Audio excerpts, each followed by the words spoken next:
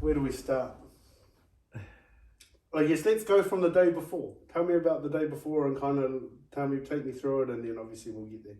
Okay. So I was on holiday, and it was obviously Christmas holidays, and we had just moved into that place. So, as you do when you move into a new place, you're still buying things, and there's all those things you forget about that you need, and so it was back and forth, out shopping and whatnot, and just relaxing, and that would have been the 28th of December, so just cruising really. We were going away on a New Year's holiday up north, so just waiting for that really, and just hanging out for your holiday. Yeah. And then, so you're moving stuff in. This is the day before. Yep. Yeah. So you're moving stuff in and about, and then what? So the plan is to leave the next day. On the 30th. Oh, cool. So you had a couple of days off to just cruising. Stock the house, do the bits and pieces, build an IKEA bed. Yep. Yeah. And then okay, so then what? You go to sleep that night, and then it happens during the night, or take me through that. So that's the day before. Mm-hmm. So the next day, same deal. Was just cruising. Went and got a coffee and was just hanging out. And I think it was like plant shopping or something, and I'd just be back and forth from the house, and I'd go out again, and I got to the house, hopped out of the car, and I could smell gas when I hopped out of the car, but then I'd walk in the gate and into the house, couldn't smell anything, so just didn't think anything of it. And then I was popping in and out again, and that was that. And you get immune to the smell of gas, so it would have just left, and you just wouldn't have thought anything of it. And Letitia and I, my girlfriend, who lived there as well, we went and I think we got Burger King maybe, and we were just we went and like ate it at the port, drove home, hopping into bed, and lit a candle, didn't think anything of it, and that's how it. So what do you remember lighting the candle? So literally as fast as the lighter went up was as fast as everything went up. Everything was in flames straight away, and it was like slow motion. Blue flames just went up my arms and into my face, and it was real quick. And where's Letitia when this is happening? So she's probably from me to you, but I was standing at the end of the bed, she was in bed, so I had the duvet over it, and I guess from reaction she pulled the cover up, just as you would. Yep. Just how I close my eyes, and if I didn't, I probably would not. Wouldn't have any eyes? Nah. Oh. So I guess it's that initial reaction. So those defense mechanisms kicked in, those definitely. cognitive shit. Yeah. So it's just like getting a fright really. So you're in a small room? How big's the room? It's pretty standard size room, Like a sort of 2x2 sort of room, or a bit bigger, or? Yeah. And so the flames go up. Now, is the room on fire at this stage? Oh yeah. Yeah. So then, are you looking around trying to find an exit? No, so I stood there, waited for Letitia to get next to me, because she was further into the house than I was. So she jumped over the bed, was next to me, and then it was like, okay, let's get out of here. And right behind me was the front door. So I tried to open that but that wouldn't open because the initial source of the fire was behind that front door. So we ran down the hallway and So it wouldn't open because like the pressure from the other side, or the metal door handle was just way too hot to touch. I couldn't. So when you try to grip it, Yeah, it fucking burnt you. Yeah, it's a bit of a blur, but yeah. So we ran down the hallway into the lounge and out onto a balcony. And there was no stairs or anything off the balcony, so we were kind of standing there just like in shock, thinking we were going to have to jump. And we kind of just stood there, and by this point the whole street was out on the road, and obviously Kerry was living downstairs. So it was a 2-bedroom house, but it was kind of cut into 2. So there was they cut out the stairway, and it was just basically 2 flats. So we're up on the deck, Kerry was down, and then people were all out on the street because obviously it was such a loud sound and whatnot, So then, just to paint the picture, I guess, for people listening as well. So you've got a 2-story place. The front door to the place is at street level. Yep. And then the downstairs exit is kind of a bit down, right? Yes. Yeah. And so what they had done is instead of it being a 2-story house, they had separated the house into an upstairs and a downstairs, so effectively it was 2 apartments, so to speak. Yep. And so that's why you went to go through the door that was street level, couldn't, and then had to go out the back just to get away from the heat. Yep. And that was above the other door to the below apartment, right? Yeah. So Kerry's front door, we were above that. So then he comes out. Yep.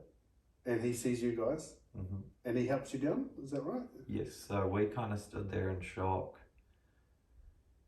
and then the ladder just came up, and luckily Kerry had a ladder there, and we climbed down and got away from the house, so we just went and stood out on the street. And it was a weird feeling, like I remember just looking back at the house like, right, I'm gonna wake up soon, like this is just a dream. Like, and that's what I've noticed kind of on what you've said so far, is that, you know, you've looked a lot at the house, you've looked for Letitia, you've looked for Kerry, all these butts. There's been no introspection yet. There's been no kind of shit, what's happening to me just yet.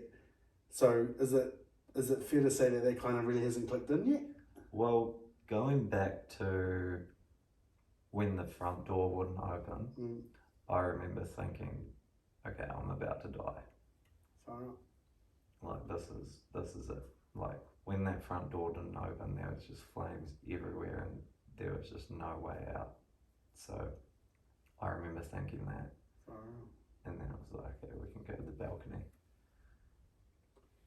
So the floor wasn't on fire, just pretty much every fucking thing else. Yes. Yeah.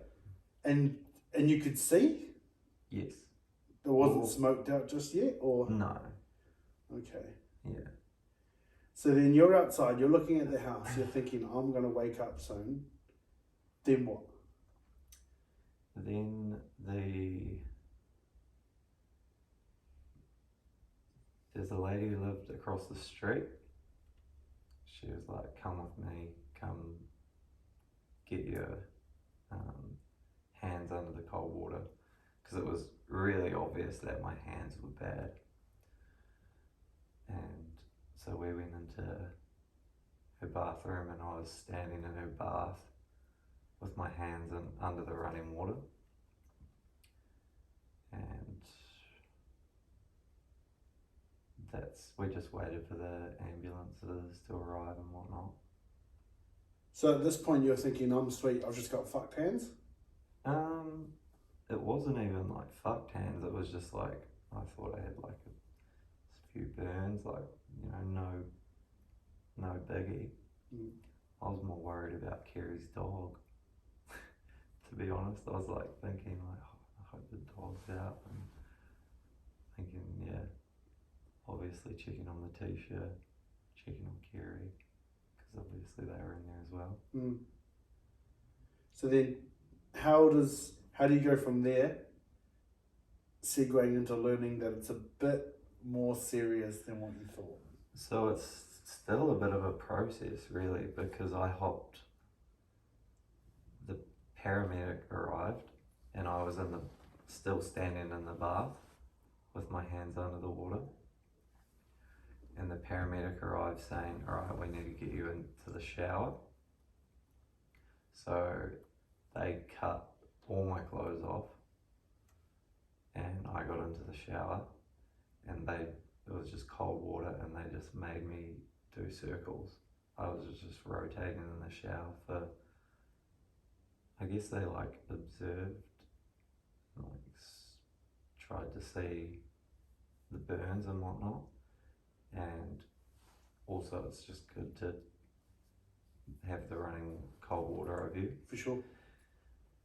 And so that was 45 minutes in the shower.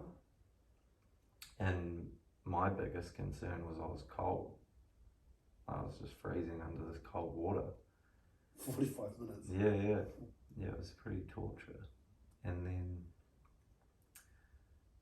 they turned the shower off, and he said to me, we need to fly you to Hamilton right now.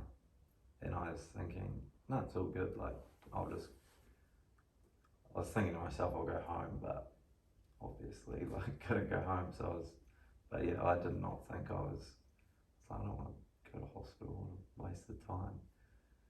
And I honestly thought I was fine. Yeah, well, like, even there's been no mention of pain from you yet. No.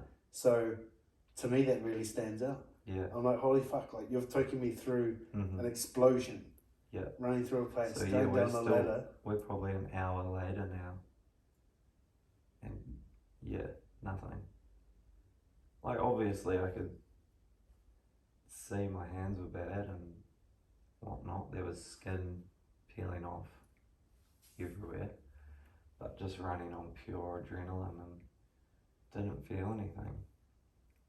And then got out of the shower, and they put me onto a stretcher, and that's when the adrenaline wore off, and I could definitely feel the pain then. When you got out of the shower? Yep. So, fuck, this is a fucking weird question to ask, bro, but I'm going to ask. Can you kind of describe what that felt like? It was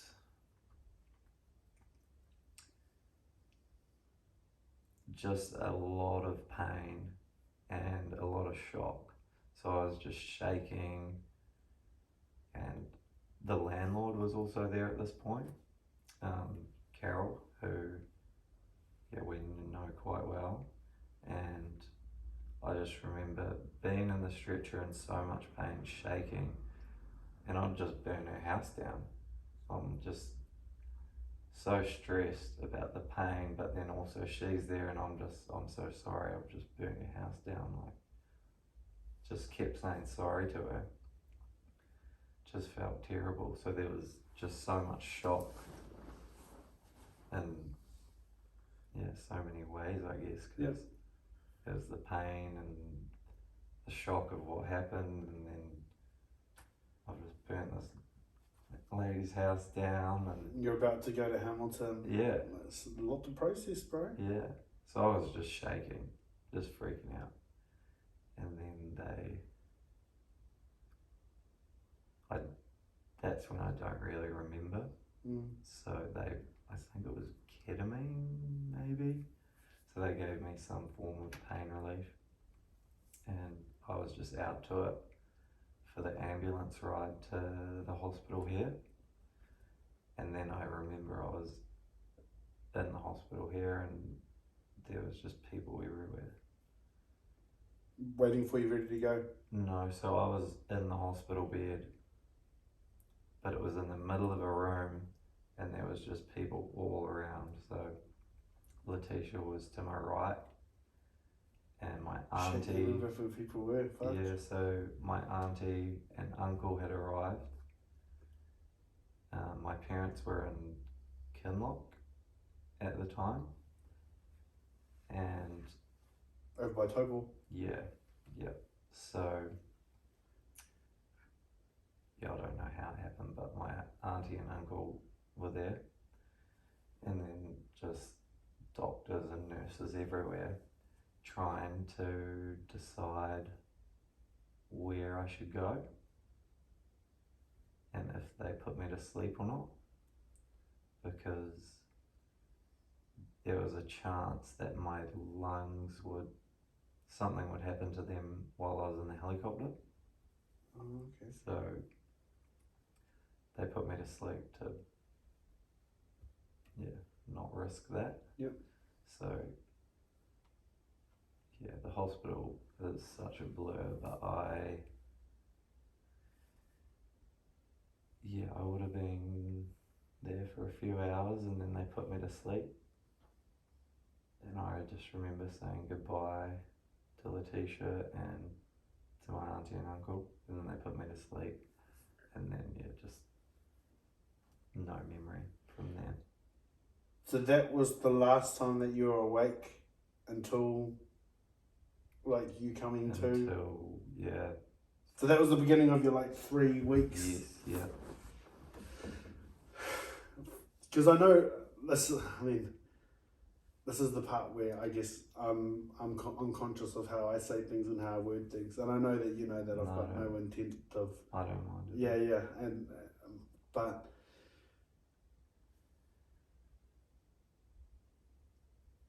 That 3 weeks, what is your understanding of what happened during that 3 weeks? Obviously, you've learned retrospectively, or you're piecing stuff as much as you can together. Yeah. So what I was seeing or what was actually happening? Oh, well, okay. What were you seeing? For me, that I don't know if it was 3 weeks or however long, but it was just one big nightmare.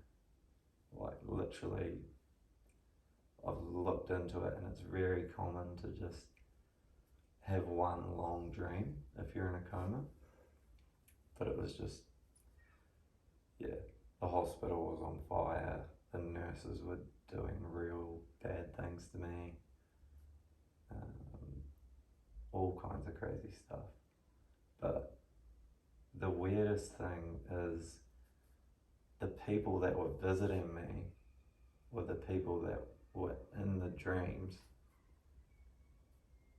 So there was people that I haven't seen in years, like family, and then I'd be dreaming of them. So now that I've obviously come to it, I'll hear stories of they came to visit or whatever, and I'll be like, man, they were in my dream. And for example, my cousin, who I haven't seen in years, I said about that fire that was in the hospital in my dream. My cousin, who I hadn't seen in years, was one of the firefighters that rescued me. Just weird stuff like that. And I remember when we caught up for the first time after the incident, you mentioned you saw like a little Polynesian girl. Yes. Tell me about that, because I remember when you told me that, I was like, whoa, yeah. I wouldn't this is gonna sound so bad out of context. I'm not saying that Polynesian girls are a nightmare, but with considering the context of what you've got going on, your description of that, and then kind of how that played out in quote unquote reality, that's a trip. Yeah. So take us through. So it was kind of in the middle of the nurses were doing all these bad things to me, and I kind of thought people were stealing money from me and all kinds of stuff. And the nurse came into the room and said, Letitia's here to see you. And I remember very clearly this girl walked in and it was not Letitia. It was, yeah, like you say, it was a little Polynesian girl. And when you say little, do you mean like a child or just like little as in small, stature? Okay. Small. And yeah, I told Letitia that I dreamt that, and she told me, yeah, that happened. I came into the room and you said it's not me. And so you were conscious at this point, or no still? No, I was still in a coma. But you were talking? Is it what Letitia was saying? Yeah, so the nurse, because when you're in a coma, they still talk to you a lot. Mm. And the nurse said, Letitia's here to see you, and I was out to it, but I don't know, flicking my eyes or something. And yeah, just was getting really agitated, like that's not her. So she left, and that would have been, really hard for her. Oh man, yeah, crazy. And so that's like, I mean, I know we keep saying 3 weeks, but we kind of don't really know the time length, I guess, or do you know now? Well, so it was, I think it was 12 days in a coma, and then even coming out of the coma, you're still on so many drugs, I don't remember anything. Yeah, there's no like definitive moment of like No. being out of the coma now, Yeah, right? exactly. Yeah, it's like Yeah. there's a big time period. So then, how have you been able to fill in that gap, or those, that, because that's, I mean, or even have you been able to fill in that gap? No. Because that's a long time to have a nightmare, bro. Yeah. Fucking 3-week nightmare. Yeah. So what actually was happening was a lot of surgeries, a lot of skin graft surgeries, and whatever they had to do, really.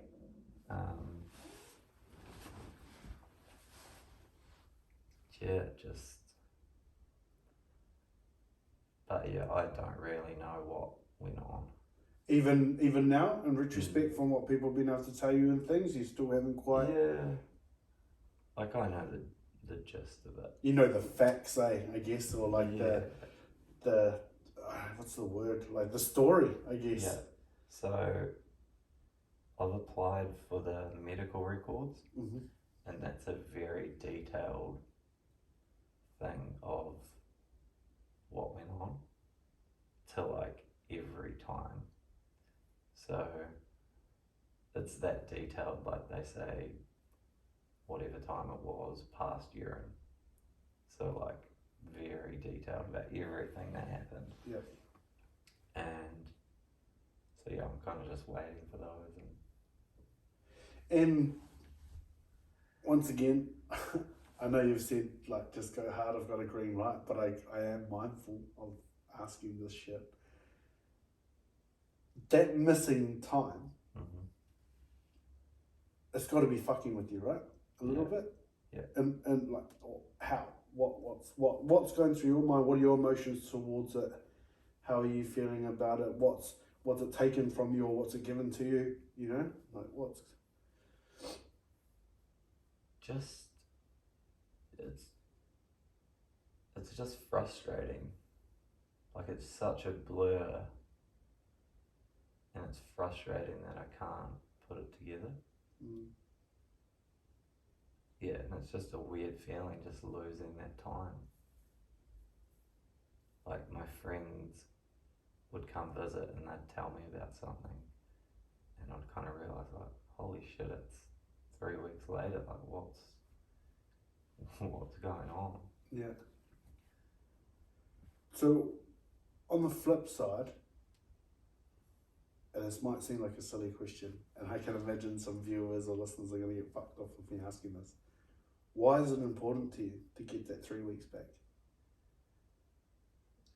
Just,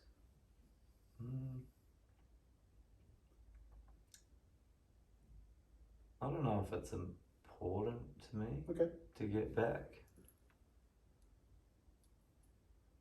Yeah, I don't know. It's more, it's just a weird feeling. Like that's, yeah, all I can really. Put it down to. Yeah. Yeah. Just feels weird to have that time period missing Yeah. of sorts. So it seems like, bro, from our conversation and our continued conversation and this other stuff that you seem to be working on, that you're diligently going about finding out what's going on. So what is, Yeah. I mean, and not even just like finding out, okay, what happened during that time, but also finding ways to, I guess, contextualize or document your emotion or what you're going through with everything that's gone on. Yeah. So tell us about that. Yeah, I've gone full like Sherlock Holmes on it for sure.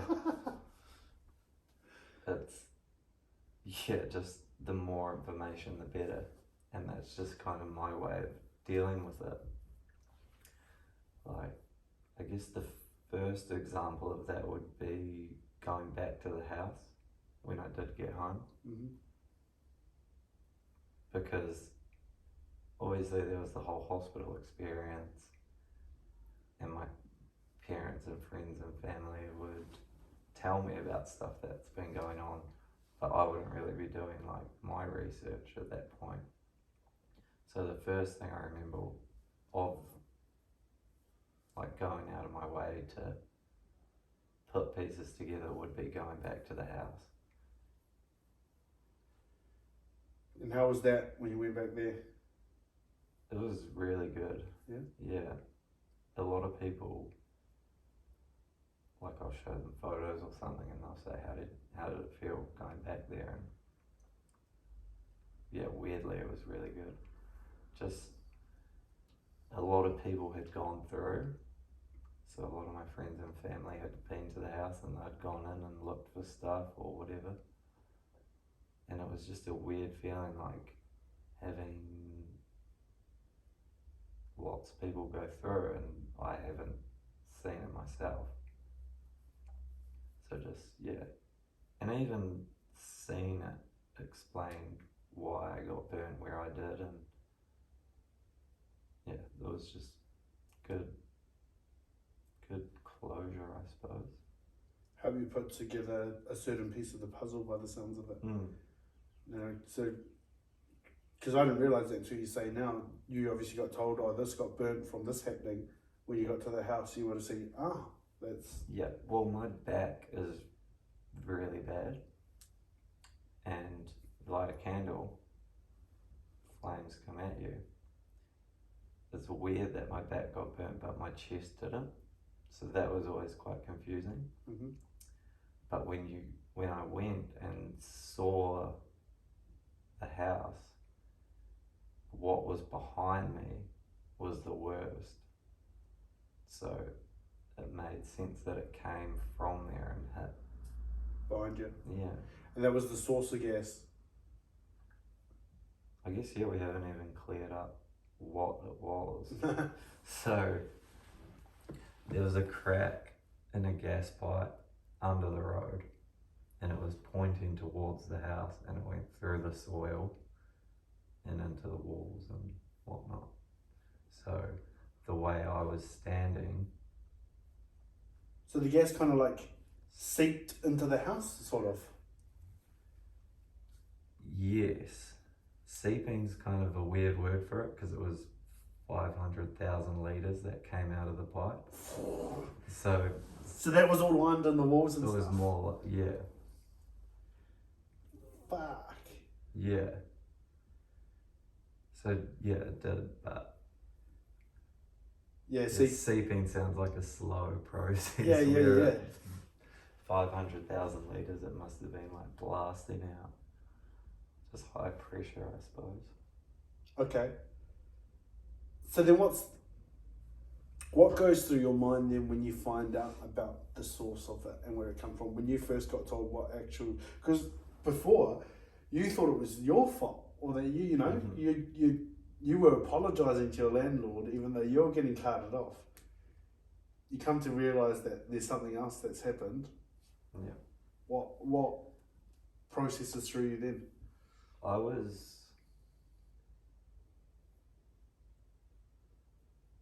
haven't really thought of it, but it would have been good, like a good feeling, because I know it wasn't my landlord's fault. It wasn't anything to do with the house. No one like around me was at fault. Mm. So yeah, it was a good feeling, I guess. So then you went to the house and you identify the source of it, coming from the pipe. I guess I kind of knew about that before going to the house. Mm-hmm. It was more seeing, like I said, about the front door and what was behind the front door and on the front porch. It's just a mess. Mm. So that would have been like, just filled with gas. I remember when you were showing me those photos and stuff, and I was like, and I realised now kind of fucking how insensitive I was probably being, but I just remember seeing the photos and being like, what the fuck? You know? Yeah, that's like the rubbish bin being destroyed. but that's how it is, yeah. And tell us, because I remember when it went down, obviously, as you said before, it was like Christmas time. Mm-hmm. So the busiest time ever for a photographer. Yeah. So what is your understanding about how all that was managed? Because obviously you were booked up for summer, right? Yeah. So when I kind of came to it, obviously there's a lot of stress of so many things. One of them was, oh shit, I've got these weddings. What's going to happen with them? Because that's, it's a big thing. Like people book those so far in advance, and it's a massive day for people. So you do kind of feel that pressure. And I think I was just,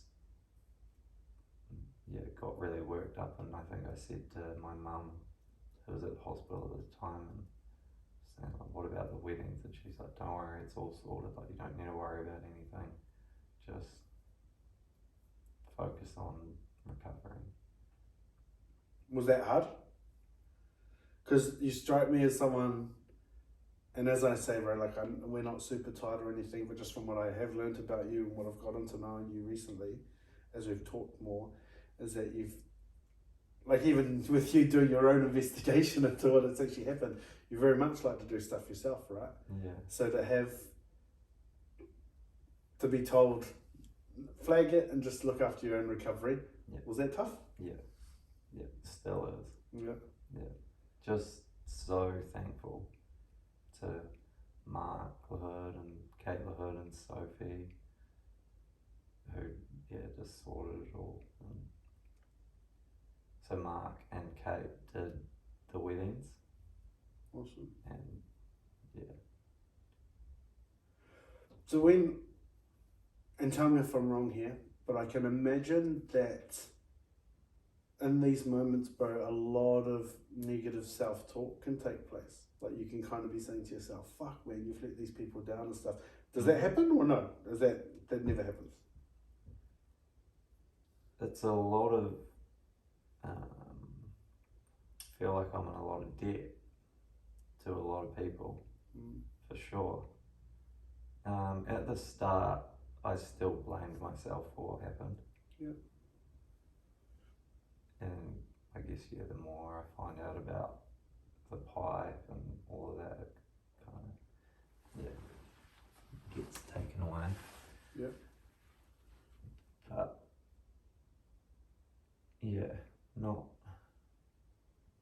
not a lot of, like, how you say, negative. Yeah. Well, I'm glad. Like, I'm stoked. I had to ask. Yeah. I wanted to be sure. Yeah. Because, if you were going through that, then I'm sure people would have been screaming at the screen or their phone or whatever they're listening to us chat right now and channeling to me to tell you that you don't need to. But if we don't need to have that conversation, then we don't need to have that conversation. Like, I've got a pretty heavy past with depression and anxiety. So when I did come to it and started to think about what had happened, I remember thinking to myself, this is really going to fuck me up mentally. So when people say, how are you coping mentally? I'm always really surprised and answering like, I'm actually doing really good. And I think, like we're talking about with putting things together and investigating, that's just been massive for me. Part of your process? Yeah. So let's touch on that stuff quickly then. I mean, I don't necessarily want you to dive into what went on in the past, but do you think there's been lessons or tools from that time that you've been able to apply to what's going on?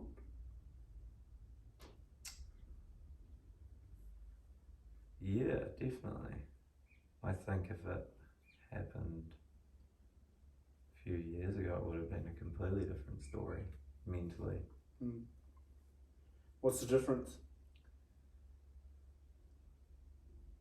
I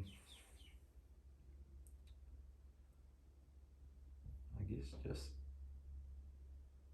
a lot of therapy. Yep. A lot of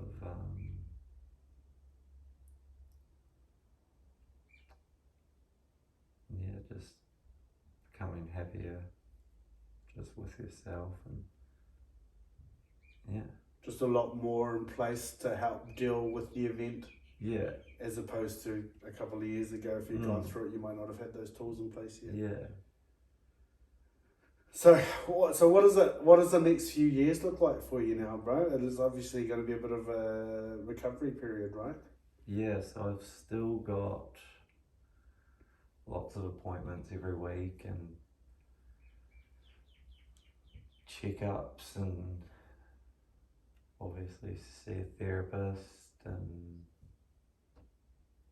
like I say, I'm doing good mentally. I obviously have my moments for sure. Of course, yeah. But I guess I say I'm doing good considering. So yeah, there's therapy and a lot of doctor's appointments, a lot of medication, these things that I'm wearing here, the compression garments, so I have to wear them 23 hours a day for 2 years. Sure. Yeah. And a lot of different like creams, and I have to wear these silicone sheets on my face every night, so I use those when I sleep. And how is that done, like a mask, or is it just like a big ass sheet that you put on? It's basically like that, but it's like strips that I cut up to where they need to go. Okay. Yeah. And how about do you have any sort of like rehab stuff that you have to do? Is that what you meant by therapy? When you said therapy? Oh, okay. Do you have like therapy as well where you speak to people about the event? Like a counselling sort of therapy? Or is it more just physical therapy? Oh yeah, when I say therapy, I mean like talking. Cool. Yeah. Wasn't too sure if you meant like a physical stuff. Yeah, with a psychologist, yeah.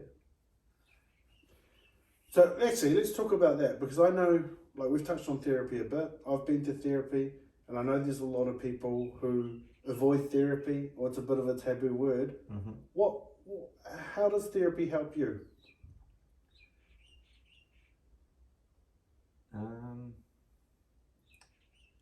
Well, I'm just gonna completely throw it out there. I've tried to commit suicide twice in the past. So therapy for me was really just people that were supporting me, saying you need to go to therapy because that's what you do. And when you are in that state, you don't want to go. And but yeah, having that support, forcing me to go, and it just helped. Yeah, just talking about it, talking everything through, and they're obviously really trained to dive into whatever they need to dive into and make you realise things that you didn't realise. Mm-hmm. Were there, when you started going to therapy, you obviously, well, okay, not obviously, but did you, because I know I did, have big assumptions around what it was going to look like and what it actually was? No, I guess I was just in like such a dark place that my mindset was no one can help. Mm. So I'd kind of just go in pretty stubborn, I suppose. And yeah, they were, yeah, really good. They worked their voodoo magic. Yeah. Who was it that would drag you along and make you go? My parents, friends, yeah. They all used to get together and hold you accountable to appointments and shit? Yeah. Were there ever times that that was really hard for them to do? Like they took you basically kicking and screaming? No. I was never, I guess that's a massive thing when you are feeling like that. You don't want to hurt anyone. Mm. So it was more, I'll go for them. And I guess that's that stubborn thing again, like, I'm going for them. This isn't going to help me. But you'll go for them. It did help me. Yeah. Yeah, I call it Trojan horsing. Like you sneak in a reason, but it's not the real reason. That's just the reason that gets you behind the gates almost. Mm-hmm. And then the other reasons go out and they actually find their way. Yeah. It sounds like a little bit that kind of resonates with what you've mentioned. Yeah. Well, before we shut it down, one question I always ask every guest that comes on is there's someone listening right now who's not in the greatest place. Mm-hmm. Bearing in mind you're not a mental health professional, of course, but what would I hate using the word advice, what would your invitation be, or what would you like to let them know in terms of navigating that space? I mean, we've spoken about your own experiences, but we've also spoken about your most recent experience with the fire too, because obviously there were times where you were freaking the fuck out. Mm-hmm. So navigating that, what would your advice be to that person listening? I hate to say it because when I was in such a dark place, I would hate hearing it. But talking just helps so much. And like, I remember being in that space and so many people would be like, talk to your friends, talk to a therapist, but honestly it just helps so much. Is there like a key moment for you? Because I know everyone's individual, right? So we can't say, well, maybe we can, but I don't feel like I can say, or I don't feel like I've got the right to say, like, this is what you can do to get over that hump, I guess. Mm-hmm. What was, now that you can look at it in retrospect, yeah, what do you think was that transitional moment for you where it was like, talking's not going to do anything, it's reductive, it's not actually going to help? And then what can you remember, even if it's a series of events? I mean, it's obviously hard to pinpoint a singular moment. Yeah. But what kind of change do you think in retrospect where you actually opened up and thought, actually talking's fucking the way to go? I think like I would have first reached out to some friends because people would say talk to your friends and whatnot, and that was the thing that was just recommended. Mm-hmm. And that would become a thing. So whenever I felt like that, I would talk to friends, and I would still be in my mindset, like, so cliche, like, talk to someone. But then I realised, like, whenever I do feel like that, I do talk to someone, you know? So, You were doing it anyway? yeah. So it's like, oh, holy shit, that actually, yeah. There's some validity, Yeah. there's some merit there. Yeah. And also, like, I went to a therapist and it was horrible. And I think a lot of people go to a therapist and they're like, no, that doesn't work for me. It's a process for sure, finding the right person. Like, I've been to 6 different therapists or however many, and that's nothing against them. It's just, you've got to click. So yeah, I guess, yeah. That would definitely be a piece of advice, and this has come up a lot lately, so I'm glad you bring that up, because it's happened with other conversations I've had. That would definitely be something I'd like to reiterate as well. If you aren't clicking with a therapist that you go and see, don't think that is therapy. Yeah. That's just that one therapist. Yeah. And to go and, like, it sounds reductive, but, you know, shop around. Yeah. Have a look, go to different people and give, you know, look for that partnership, I guess. For sure. Where Because it that sinks person in. that you didn't click with could be amazing at their job, but it's just... Yeah. Yeah. Like, someone who's awesome at speaking to you might be different with me, you know, Exactly. and that's what we need to remember too. So I'm glad you bring that up, because I forget to talk about that, and I think that's so important. Is that we recognise that, okay, it didn't work with that person, let's try someone else. Yeah.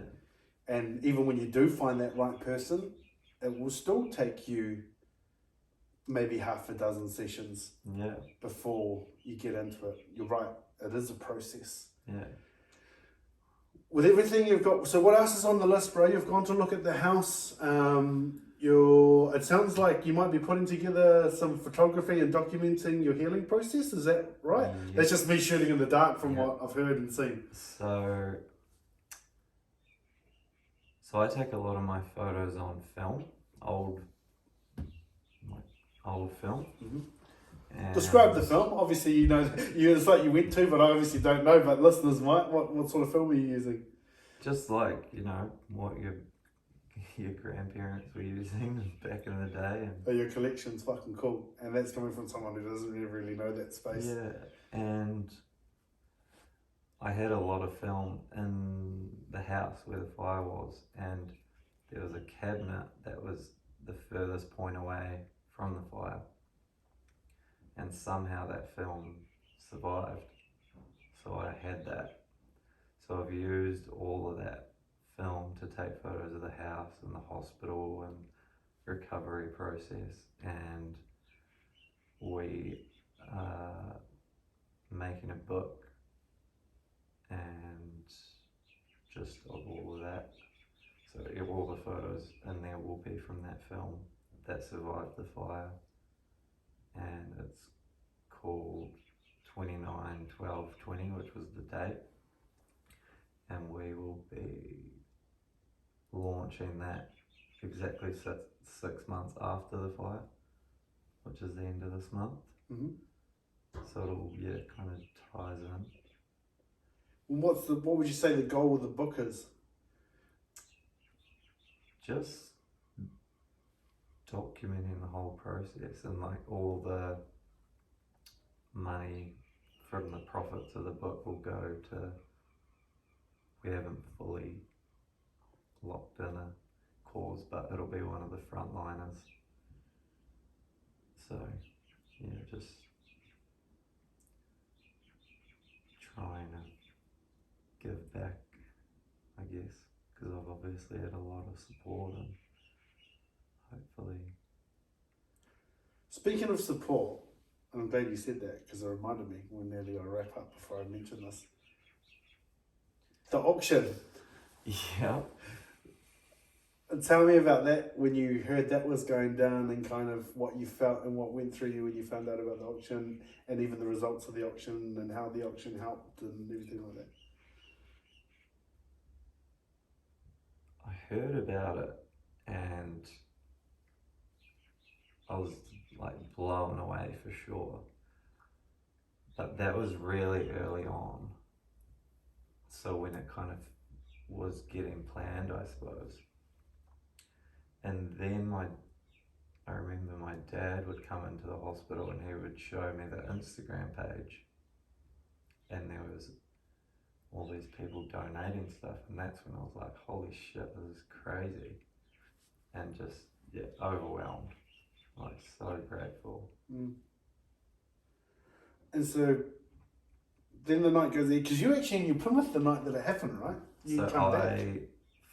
I flew back from Hamilton that day. And yeah, was in hospital here for 10 days. But yeah, I got back that day. So that was pretty cool. And then how was, I guess, how was that? I know it's a silly question, but I love hearing you talk about it. How was that helpful in terms of like the support of the community and stuff like that? Like how the auction was. Not the financial side, but just knowing that these people would come together for you. Yeah, honestly, just overwhelming. Like, just felt super supportive. And I think, like I said, keep saying, like I'm doing really good mentally considering. I feel like that is massive towards it. For sure. Just knowing that all these people came together for you, just gives that a little bit more zest. Yeah. I mean, well, before we rock and roll, bro, is there any kind of parting word or anything you want to mention that you feel like we haven't covered, or just something you want to, I guess, communicate that you feel needs to be communicated in this moment? Well, fuck, if you smell gas, I'd probably call someone. Awesome, bro. From me to you, and I know from a lot of people that will listen and that are listening right now, who'll be feeling all sorts of things, and they'll be cheering you on in those moments that you are willing to talk about some pretty tough stuff. They'll be cracking up in those moments where you talked about, feeling like a little kid and getting the car ride with your idols. Yeah. Because I have those moments too. There'll be all sorts of that. So, on behalf of everyone listening, bro, and myself, man, thank you so much for chatting with me. Thank you. And I look forward to seeing whatever becomes of all these projects that you've got going on. Cool. Thank you. No, it's good to get it out there, because yeah, it is a small town and there's a lot of rumours, and yeah, it's good to tell the story. Sweet, bro. Cool.